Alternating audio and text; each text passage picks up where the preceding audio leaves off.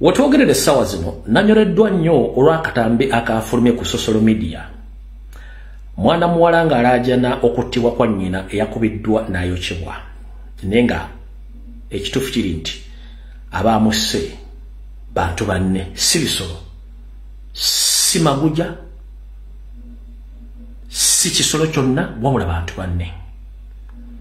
Kati omuntu alina omutima ogusobola okukwata omuntu akuze mu myaka n'omukwata n'omukuba n'omutta n'omwokya. Gw'omusuubira oyo abeera muntu munno oba abeera kisolo. Mu Buganda buno abantu abakola ebikolobero bino tebabikoze lwaliro lukka, bazze babikola lwakuba ebiseera bye tewaliwo social media kwambula bantu bano. Ebikolobero byajja bikola okuva mu 1996 n'okutuuka olwo abantu bemwe bikola we bali. Ne mbadde muganyo bitegeera. Wabula era osangayo abantu ababiwakanya nti tebibangawo nenga ate babiraba. Obutabi buno ngenda buzanya kwe mbanzimbira then tugende ku kinyisi ky'olugero lyongera bakola ki akatambi kano ke kano. Nze kino nkyogera eri era nkyogera mu kino baba nannona ekiro nze mpagiraani Kyagulanyi Kristo.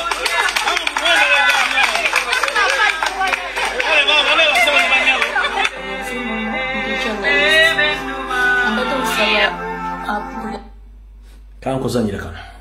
Nze kino nkyogera eri era nkyogera mu kino baba nannona ekiro nze mpagiraani Kyagulanyi Kristo. Abanyagange nze Momo ndi journalist. Mbadde nsaba buli alabye vidiyo eno bafollowers bange mushawe vidiyo eno etuke ku bannamateeka, etuke ku ba investigative journalists. Mama waffe bamusse. Mama waffe yalaga agenda ku clinic afune ku ddagala. Tetumanyi oba bamwambye agenda oba bamwambye akomawo oba bavubuka oba basajja ne bamutwala mu kasooli ne bamutta ne bamala ne bamwokya. Abantu ababadde bagamba balabye bantu nga badduka mu kasooli ne balowooza oba bava kwokya kasooli wa mugagga wa landlord, kumbe bava kwokya maama. Era babadde bakyamokya tebakoze ki, tebamumaliriza, teyayidde yenna. Kati omuntu agenda tukayo ku makya ng'asanga omuntu ng'akuba endulu ng'abantu bajja okuzuula nga maama. Naye nga n'ekiro basuze bamunoonya nga tebamulaba ne bagamba kale nga bakubira abantu ab'enjawulo bagamba oba yasuze wagundi oba yasuze wagundi, kumbe maama nga bamusse. Musaba bannamateeka ba investigative journalists mubeeyi kubanga ekyatuuse ku maama kisobola otuuka ku muntu omulala ku kyalo awe Nabingo, kisobola otuuka ku muntu omulala. Maama tabadde na buzibu. Maama babadde bamuzimbira amaduuka, matresolo z'akasente n'amaka. Akatambi ako saaka nakatimbye kankutteko ne kasooka kanteeka wansi. Abadde bansindikira message ennaku zino okuva ku Lwokutaano mpaka Olwaleero. Mbadde mulengeri gye mbadde mu message nga n'amasimu sigakwata. Kantutte ebirowoozo bingi nnyo okunzaayo emabega ne we ssaali nga sinnazaalibwa. Ne neetegereza ensi n'ensooka n'envuga akatambi n'enkazaayo. Lwaki? Tulina omutonzi ffene yatutonda mu kifaananyi kye, era ensi n'agituteera mu mirembe tugitambuliremu. Naye ensi bw'etambula si bw'erina okutambula, ensi etambula bulala. Tuli mu mbeera abasajja bali basajja bannaabo okubeerawo nga bo kibakolera. Kati mu mbeera ya man, it's man to survive. Musajja kulya musajja munne wa mukazi kulya mukazi munne okubeerawo. Ye mbeera etambula mu nsi yonna, lwakuba abamu abalina embeera egamba nti bakolerera eggulu gy'obeera bagenda ddituukamu nga tabamanyi weriri, n'obuwombeefu n'enkuza, ndowooza kye kituleetedde okuba nti twetuddeko batutte tuggonga tusirise. Kansooka enkoze katutwanye mabega. N'eddiini zennyini okusiisira mu nsi yonna gye ziri baasooka kwettiŋŋana. Ekyo kimu. Ensi zino okubeerawo zonna baasooka kwettiŋŋana. Ensi zino zonna okubeasooka kwettiŋŋana. Ompulya bulungi? N'olwaliro we twogerera essaawa zino ensi ziri mu kwekuba kwettiŋŋana.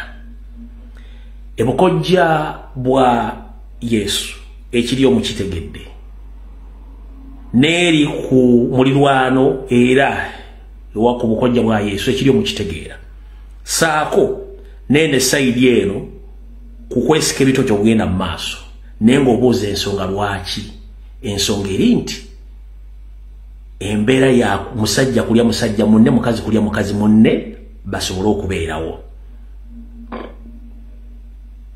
tekiri mu bazungu bokka n'embaddugavu ekiri amawanga agamu okusiisirawo okubeerawo bali mu mbeera yankulye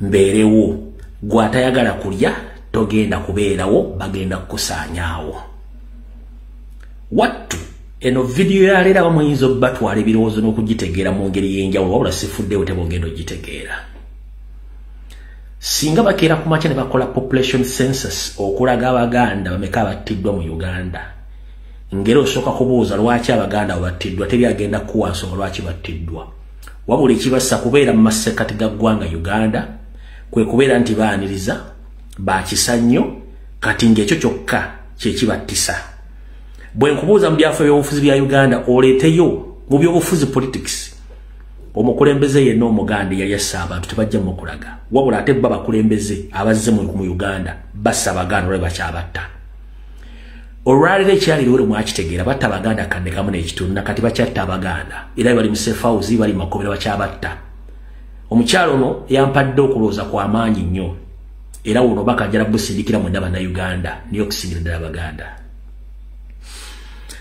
Yesu tulina emitima emirungi twaniriza era tetulina musaayi mu ngalo ne muganda njala kukujjukizaamu mu mbeera gye tulimu gye mbadde temwagala kutegeera kye tuyita reality bwe mba mugenda kwekizizitinga okubeerawo kwammwe n'abazzukulu bammwe muyina okugenda n'embeera eriwo atakulekera tomulekera ennyanja ekottoomera mukadde bamukutte ne bamutta ne bamukumako omuliro bantu ne badduka ne bagenda teri awondera abaana bangi babasse teri awondera nakati Museveni akyatta abantu teri amunenya era atambula n'agenda wabula gwe ne bw'omanyi omuntu ali ku kyalo nga yawamba batosobola mukola kuwadde obulabe bubanga bo bayira bakiwandika nti Museveni has to kill people bakiwandika mu ssemateeka nti Museveni has to kill people to survive fere tusobola kikola. This is a simple question. Bakiwandika nti Museveni has a right to kill people n'atambula n'abantu be. Bakiwandika nti Omunyarwanda asobola okujja mu Uganda n'atandika okutwala ensi y'abantu n'atandika okutambula nga atambuza ente ezikutta buli muntu gwasanze yabeerewo. Bakiwandika nti omuntu ajja n'akugoba ku ttaka lyo ng'olina n'ekyakuba olina endagaano ye n'atuukawo n'azimbawo ennyumba. Bakiwandika wa bwe munaatandika okwekomoma nga temumanyi nsi bw'etambula wallahi mbasekeredde. Ene ensi bagiyita musajja kulya musajja munne kubeerawo atasobola kuli bagenda kuli bakumaliwo buno bakanjala busindikira bana Uganda jene tewali alina authority ne mandate kubulamu bwa munne wabula yakugamba nti agenda kutta yatambule nawe ufunire eddagala kino nkibagamba teri Museveni talina mandate owabula talina authority yonna wabula atta n'agenda kubanga yo system gye bakuliddemu aba batuusi ne kagulupu ka Museveni. Their right is to kill and settle. Gwe right yo yakwekweka kutya kati batandisolo genda mbitundu nga when you speak about politics bakutiisa. Who has the right okutiisa abantu? Kubanga bana abantu bakamafulejinga ne bajja beetuma amanya g'ekisoga ne beetuma amanya g'ekinyolo ne beetuma amanya g'ekiganda ne beetuma amanya g'abadanga abatoolo kati nenge ekibakuleetera okubategeera yenjogera yaabwe ebikolwa byabwe n'obukambo bwabwe eri bantu bannaabwe. Olina akugamba nze tonzanyisa nja kutta n'omuga ekigambo ky'okutta okijja luddawa.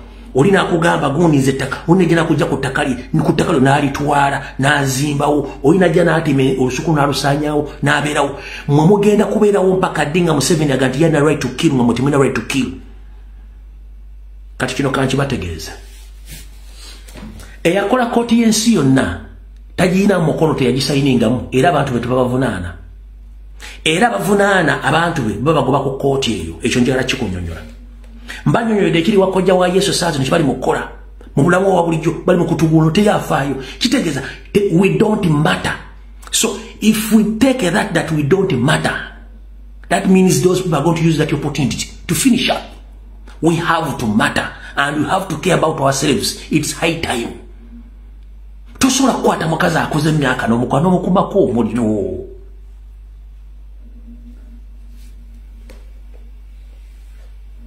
Mu Uganda amateeka gakola